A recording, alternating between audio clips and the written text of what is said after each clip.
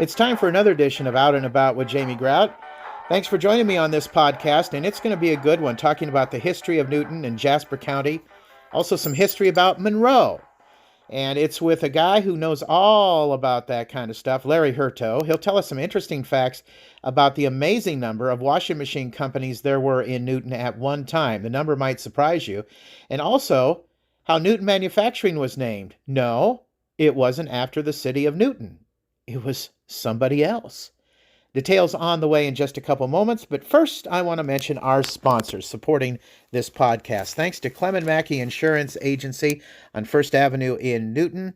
They are your independent insurance agent, which means they are associated with several insurance companies to find you the lowest possible insurance rates. Clement Mackey Insurance, where your insurance policy comes with an agent. Give them a call today at 792-5040. Also, Ryan's Tire and Auto on First Avenue in Newton. From Newton High School fellow graduate, in fact, a guy that I go back to Hurto Wilson with, Terry Thorson, gave them a ringing endorsement on Facebook when I posted that they were one of the sponsors. He said, Ryan and his team are the best. Quality work and customer service second to none. That's what Terry had to say. Take his word for it if you don't take my word for it. They are a fantastic outfit, great service, and at the front counter at Ryan's, they have candy for you. Yeah, that's a plus. Give them a call at 641-841-2134. 641-841-2134. And also with this podcast, I am giving away to one lucky person this week who likes, shares, and follows the Out and About with Jamie Grout Facebook page a $20 certificate to Jersey Freeze in Monroe, and a $20 gift certificate to the Children's Fun Zone at Pizza Ranch in Newton. I don't know if you knew this or not. Pizza Ranch has a great brunch going on Saturday and Sunday mornings starting at 9 a.m. If you haven't checked it out yet, do so. I did that this weekend, and man, I'll tell you, if you go away hungry from that place, it is your own darn fault. So again, if you like, follow, and share this podcast with everybody else, and do that through the Out and About with Jamie Grout Facebook page, you're eligible to win the $20 certificate. I'll be giving that away to one winner this week, and we'll be doing it for several more weeks to come. Also know that Mondays they have half price games to the Kids Fun Zone at Pizza Ranch. And also Tuesday is Kids Night, free kids buffet with a purchase of one adult buffet. On Wednesday, it's Double Points Day, and you should check them out on Facebook. The other place I want to mention that is sponsoring this and that's giving away a certificate is Jersey Freeze. I go way back with Lynn Donahue, who's the owner of Jersey Freeze. It's a great place to go if you're hungering for some ice cream or other treats on Highway 14 just south of Monroe. And they have malt shakes, sundaes, also banana splits.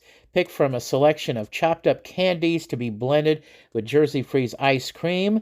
And use the drive-up window or walk-up window at Jersey Freeze in Monroe. Okay, let's get to our conversation. Now, on to our guest today, Larry Ray Hurto, my old friend from way back when I was in high school. And he was a Methodist Youth Fellowship advisor. And we've known each other on and off throughout the years. By the way, I just wanted to say publicly, a guy who really deserved to be in the NHS Hall of Fame, Frank Cruz, got in this year thanks to you. Well, Jamie, what a pleasure it is to be here out and about with Grout. I count it as a real pleasure. Well, thank you. Okay, let's talk about Newton history. And I didn't know. And by the way, for interest of clarity and honesty, this is the second time we're recording this because the first time there was a lot of background noise and stuff that annoys people. I know I'm enough to annoy people already. So I didn't want to have any of that. So we're here at the library. But you informed me the last time we recorded this, how many washing machine companies there were in Newton at one time. Well, it is a remarkable thing. Of course, we all know and revere the great history of the Maytag Company, which was first and foremost of no less than 11 companies and individuals that were involved in manufacturing washing machines. A gentleman by the name of Ivan F. Woodrow published a series of articles in the Newton Daily News in 1961, and it's since been put into pamphlet form, a publication called A Century of Industrial Progress in Newton.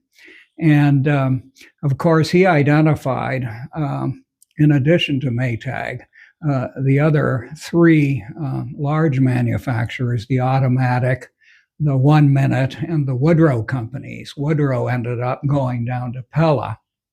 But between myself and Ken Barthelman, the late executive director of the Jasper County Historical Museum, we've been able to identify no less than 11 individuals or companies that were made involved in making washing machines. And Ivan Woodrow termed this something of an epidemic in the period between 1906 and 1912, because that's when all of these guys with these ideas for different models came together.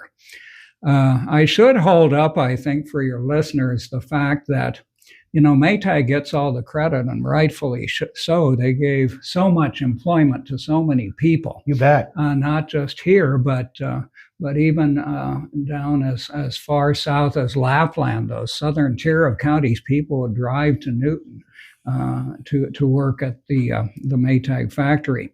But I'd like to give a shout out to a man by the name of W.H.L. King. And King was a pool hall operator on the northwest corner of the square. And as early as about 1885, at his residence on what is now 608 First Avenue West, he developed a very early washing machine model that he called the Whirl, W-H-I-R-L, the Whirl. And it was a very primitive thing made out of wood.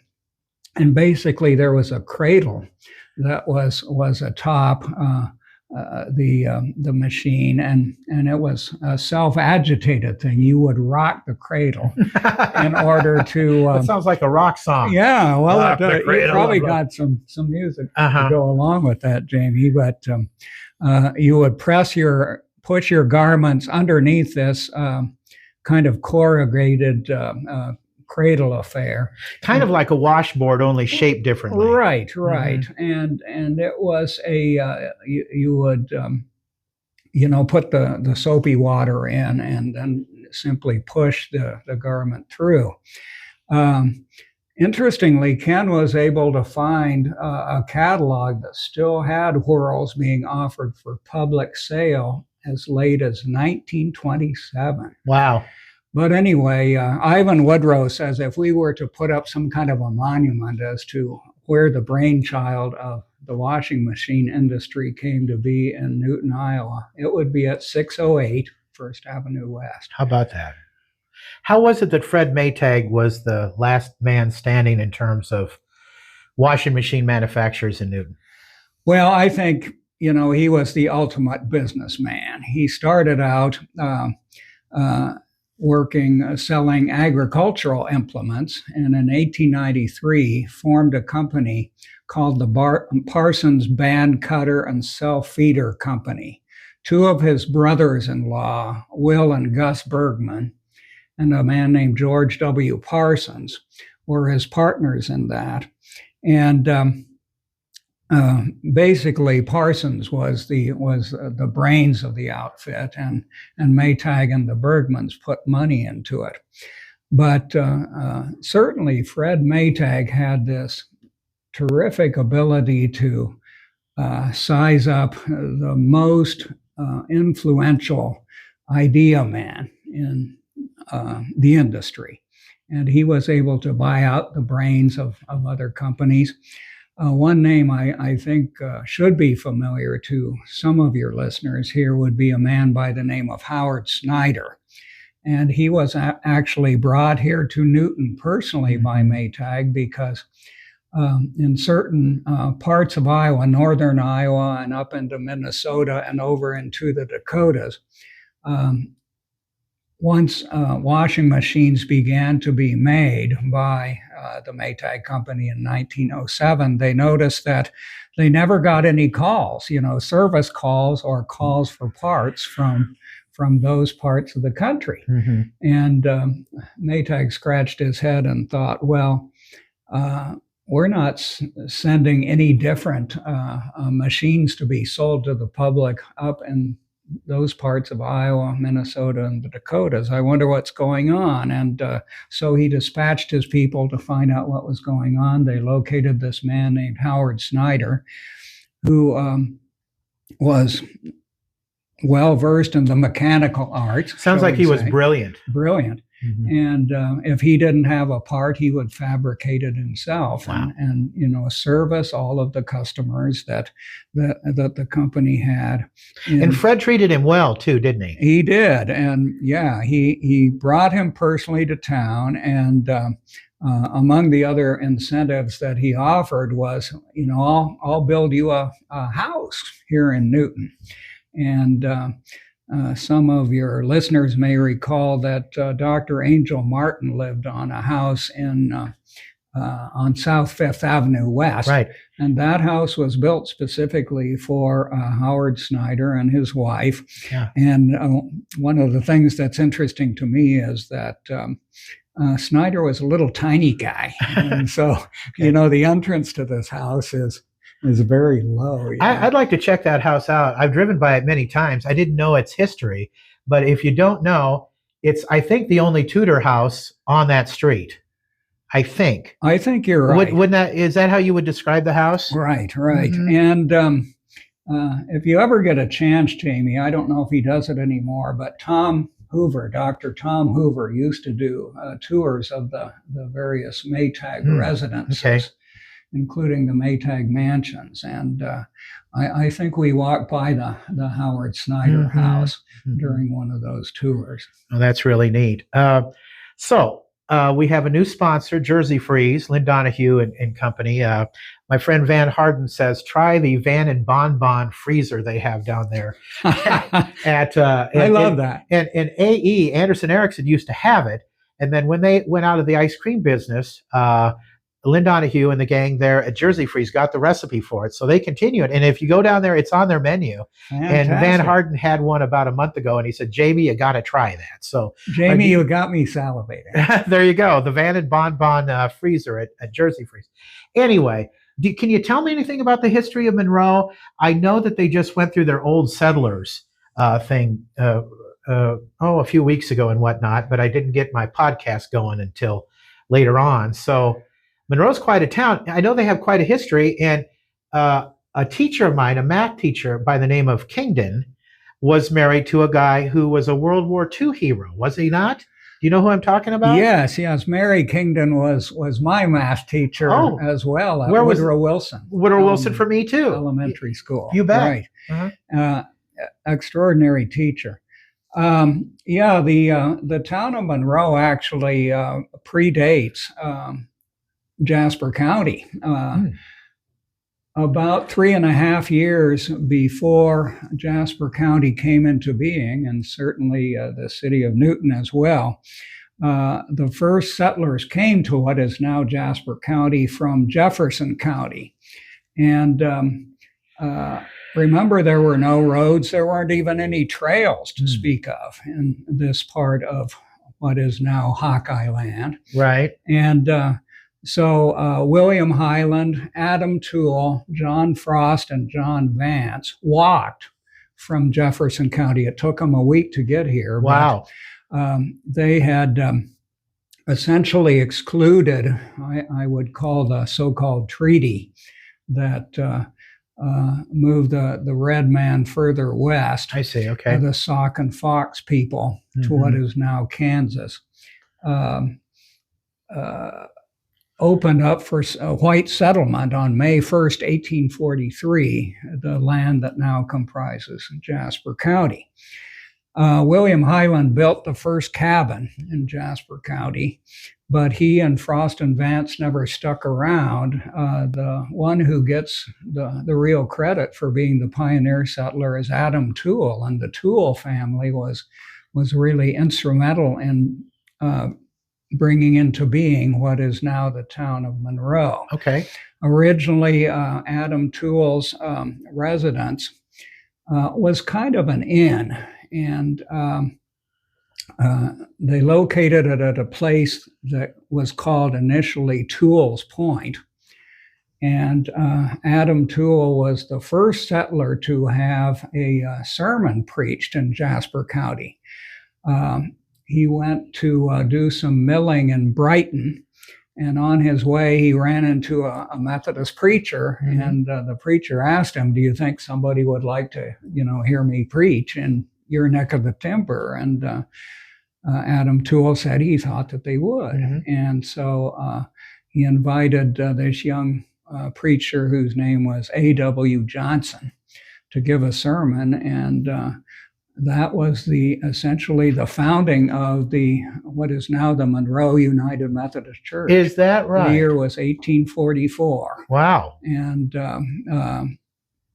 Mrs. Toole was one of the earliest members of the Methodist Church in Monroe. Oh, fantastic. You spoke at our Newton Rotary Club here a while back about the first car in Jasper County, and you asked, who do you think had the first car in Jasper County? And of course, I raised my hand and thought it would be Fred Maytag, because he was probably the richest guy in the area, and I think he was into new inventions and things like that. But that's not the case. It was a guy from Colfax, right? Right. And do you recall that somebody could have sworn that John McNear was actually the... Shout out to John McNear. We love you. 90 years going strong, man. Okay, he's a fantastic community member. Yeah, we were glad to have John in the audience that day. No, as a matter of fact, the first automobile that appeared in Jasper County was purchased by a man by the name of C.W. Chrisman, who had the Colfax Bottling Works. Remember, Colfax had early on Mineral Springs? Taken on a claim to fame with coal mining. Oh, I didn't know that. It was while mining for coal about a mile east of town, where the hotel, the Sheep Gate property is now.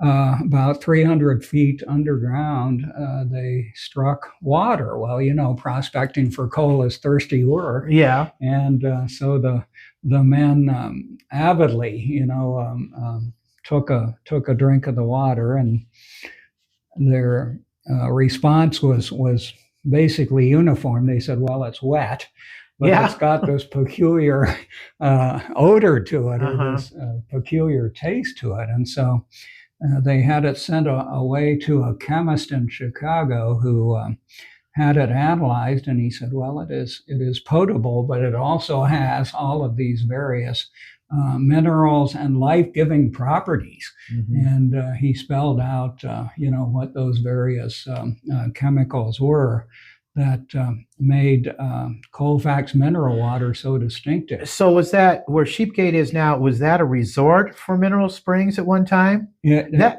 Because I was going to say, that building's not only that, but it also was a monastery at one time too, I understand. Oh, tremendous history there. The hotel was originally built in 1884, and it was dedicated by its namesake. Former U.S. Vice President Schuyler Colfax of Indiana came to Colfax to dedicate that Hotel Colfax in 1884.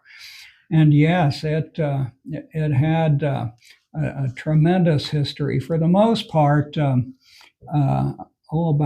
1900 was probably the heyday of Colfax being a resort town. And that was an incredible thing in and of itself, because Colfax was never, ever very much bigger than it is now. Oh, maybe really? Okay. 2,500, 3,000 people max. But about the year 1900, they had no less than 13,000 visitors. No kidding. During their season, just to have people come to town to drink the water, to bathe in it, to be massaged in it.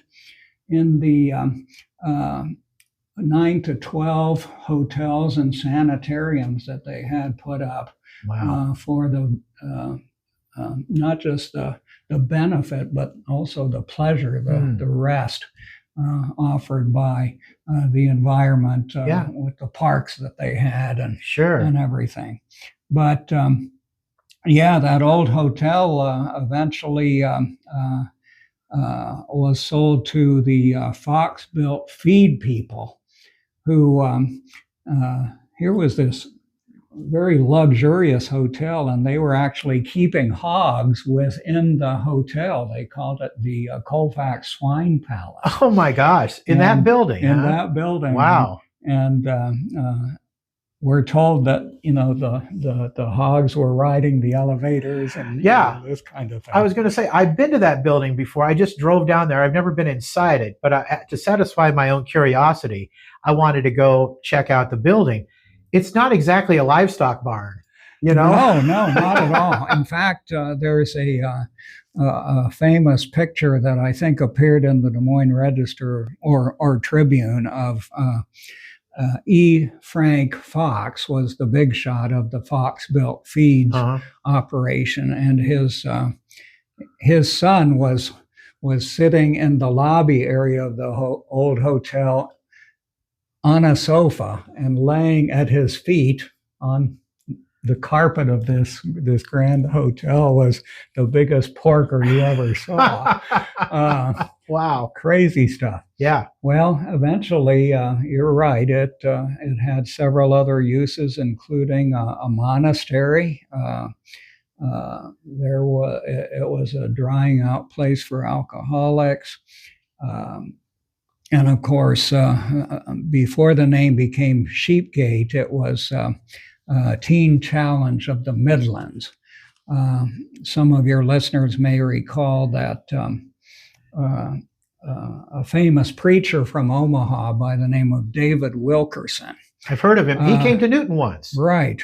Years ago. Wrote a book called The Cross and the Switchblade, and they made a motion picture about that, starring, of all people, Pat Boone as David Wilkerson. But he was the founder of Teen Challenge, and since about 1985, I think, they've had a pretty long presence in the town of Colfax.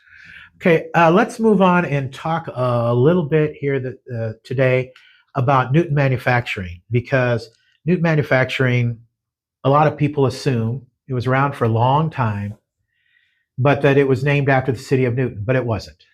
It wasn't. It was actually founded by a man named George W. Newton, who came to our city, Newton, as a window decorator for the Iowa Mercantile Company, which was Newton's first department store. It was located where Courthouse Mall is now. Where PJ's Deli and the other businesses are. And it was a 3-story department store, and was so notable that it was commonly known as the big store. People wouldn't say the Iowa Mercantile store. I've seen that in ads that have been put on Facebook with Newton history, the big store. It was quite a deal back in the day. It opened in 1899 and was a conglomeration of 3 businesses. And eventually, no surprises, F.L. Maytag even had his thumb in that pie. He was involved in it. He had his thumb in a lot of pies, didn't he? Yes, absolutely. Well, the last president of the Iowa Mercantile was a man named Charles P. Hunter. And Hunter must have, had some sort of an intuition that it would be a good time to sell in 1929. And remember, it was 1929, October, that the stock market crashed. But he sold the store to Lauerman Brothers, which I think was out of the Twin Cities. And they came to Newton, and unfortunately, the big store burned in 1931. And though they relocated, they didn't survive for very long thereafter. But when you and I were growing up, it was Jupiter. Yeah. And I understand there was a bowling alley in the basement of that place one time. I don't remember that. No, neither do I. But yeah, Allen's Alley is what it was known as. But anyway, back to George W. Newton. He came to Newton to work as a window decorator at the big store. And initially, he was in a partnership with a man named A.M. Carl, John Carl's ancestor. No kidding. And Newton's own John Carl's ancestor? Okay. A.M. Carl was a music dealer. Well, George Newton became interested in advertising novelties. And of course, that's the distinction that Newton Manufacturing had. And of course, we don't want to overlook the Vernon family either, which has been in Newton since 1902. And at one time, Newton Manufacturing and the Vernon Company were nationwide number 1 and number 3 in terms of advertising novelty. And business. I have to jump in and do a shameless plug for my significant other, Lynette Neubauer Baker. Halo bought Newton Manufacturing.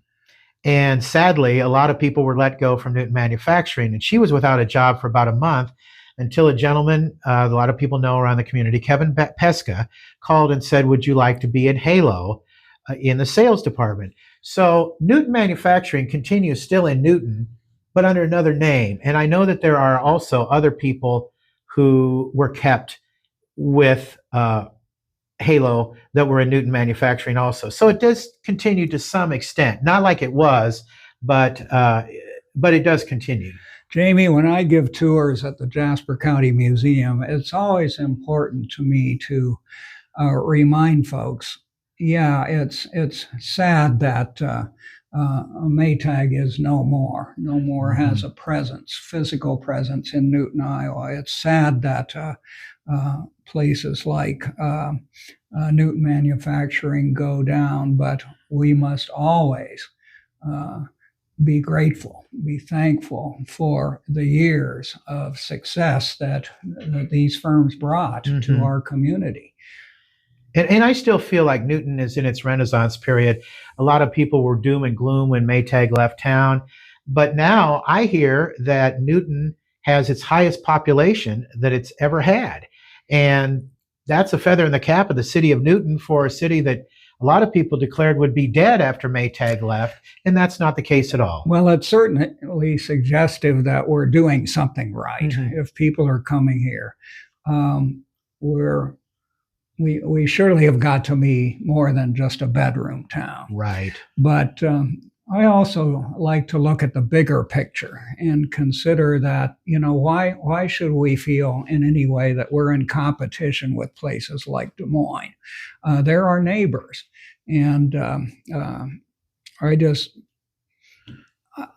I subscribe to the idea that we should shop local wherever possible. You bet. At the same time, let's not be restrictive. Yeah, exactly. Exactly. Just real quick, let's talk about the Underground Railroad. I know you have to get going, and so do I. Let's just talk about that. I know that went through Newton, and when we had our discussion the last time, I was amazed at the number of Black people that actually lived in Newton at one time, because there was a city and a school and all that was run by abolitionists. Tell us about that real quick. It's a terrific history, and this is forbidden history. So we don't find a lot written about the Underground Railroad. Remember, there was a law that said it was a crime to help people that were enslaved in the southern states to freedom. And it's kind of like the bounty hunters that we see in the old Westerns. There were people that made their living as slave catchers. And most of the people that were helped to freedom in Jasper County and even the Newton area came from Missouri, although we also know of folks from Kentucky and even as far away as Virginia that came here. 3 or 4 miles north of Newton, there was a community established in 1853 called Wittenberg. Mm-hmm. And it was founded largely by folks from southern Indiana who identified themselves with a really radical church movement called the Free Presbyterian Church. They were of the opinion that the mainline Presbyterians were not nearly strong enough on the issue of human slavery. But these folks, fascinating people, Jamie, these folks were radical, way ahead of their time in so many other ways. They were also women's writers. They were land reformers. They were labor reformers. These people espoused just about any liberal cause, and we're talking about the 1850s. Yeah, shocking. They created an institution that they called the Wittenberg Manual Labor College in 1855. And any person, regardless of race or gender or station in life, could be a member of the faculty or attend as a student as long as they were not a slaveholder. And think about that. They were teaching farming techniques. They were teaching the mechanical arts. They were teaching domestic science to female students in the Shocking. 1850s, to African American students who had formerly been enslaved in the southern states. And so I really felt blessed that in 2014, 10 years ago now, I was able to get Wittenberg Church and Cemetery listed with the National Park Service's Network to Freedom program, which identifies places throughout the nation that were significant in the Underground Railroad activities. More recently, in 2020, we also got Newton Union Cemetery listed because not only are there Underground Railroad operatives buried there, but there are a number of former slaves that are buried in Newton Union Cemetery. No kidding. Including at least 7 former slaves that joined the Union Army. Wow. When what was then called a colored regiment was formed to support the Union Army effort during the Civil War. So Jasper County can be proud of the role that it played in Underground Railroad activity. And you had said that some of the former slaves came to Iowa thinking that they were going to head up to Canada, but somebody kind of talked them out of it. They said, you don't need to go to Canada. You can have your freedom now here in Iowa, right? Well, that's right. And these people that lived in the Wittenberg community, they essentially swore their lives. And they said, you're perfectly safe here. There's a very well-documented story of 4 African-American men who had worked on 2 neighboring farms in Nottoway County, Missouri, who in October of 1861 made their way north. We don't know exactly where they crossed into Iowa, but they landed in Indianola, or they landed in, I should say, Winterset, and from Winterset went to Indianola. One source says thereafter they went to Prairie City in Jasper County, and that's interesting because Jasper County was only about 4 years old at that point in time. And from Prairie City or from Indianola, they made their way to the northwest corner of the Newton Square, where the Hotel Maytag is now. Why there? Because there was a man there named John Meyer who kept a grocery store. And how did folks know that they should contact John Meyer? Well, the Underground Railroad Network had informed them that Meyer had once taught for a year at Wittenberg Manual Labor College. Okay. And so from his grocery store, then he sent them to Wittenberg. We know where they spent their first night in Jasper County in safety. It was in John King's barn in Wittenberg. The next morning, the community had a gathering of everyone in the neighborhood, and they farmed out each of these four individuals to various families who took them in their care, Wow. clothed them, fed them, provided for them, and educated them. So Newton and Newton and Jasper County can be quite proud of supporting the abolitionists. Absolutely, absolutely. Larry, thanks so much for speaking with us today. I've enjoyed it very much. Thank you, Jamie. So have I, my friend. This Out and About with Jamie Grout podcast, sponsored by Clement Mackey Insurance on First Avenue, Newton. Give them a call at 641-792-5040. Ryan's Tire and Auto, also on First Avenue in Newton. Give them a call at 641-841-2134. Jersey Freeze on Highway 14, just south of Monroe. And the Pizza Ranch at I-80 and Highway 14 in Newton. Till next time, Grout is out. See ya.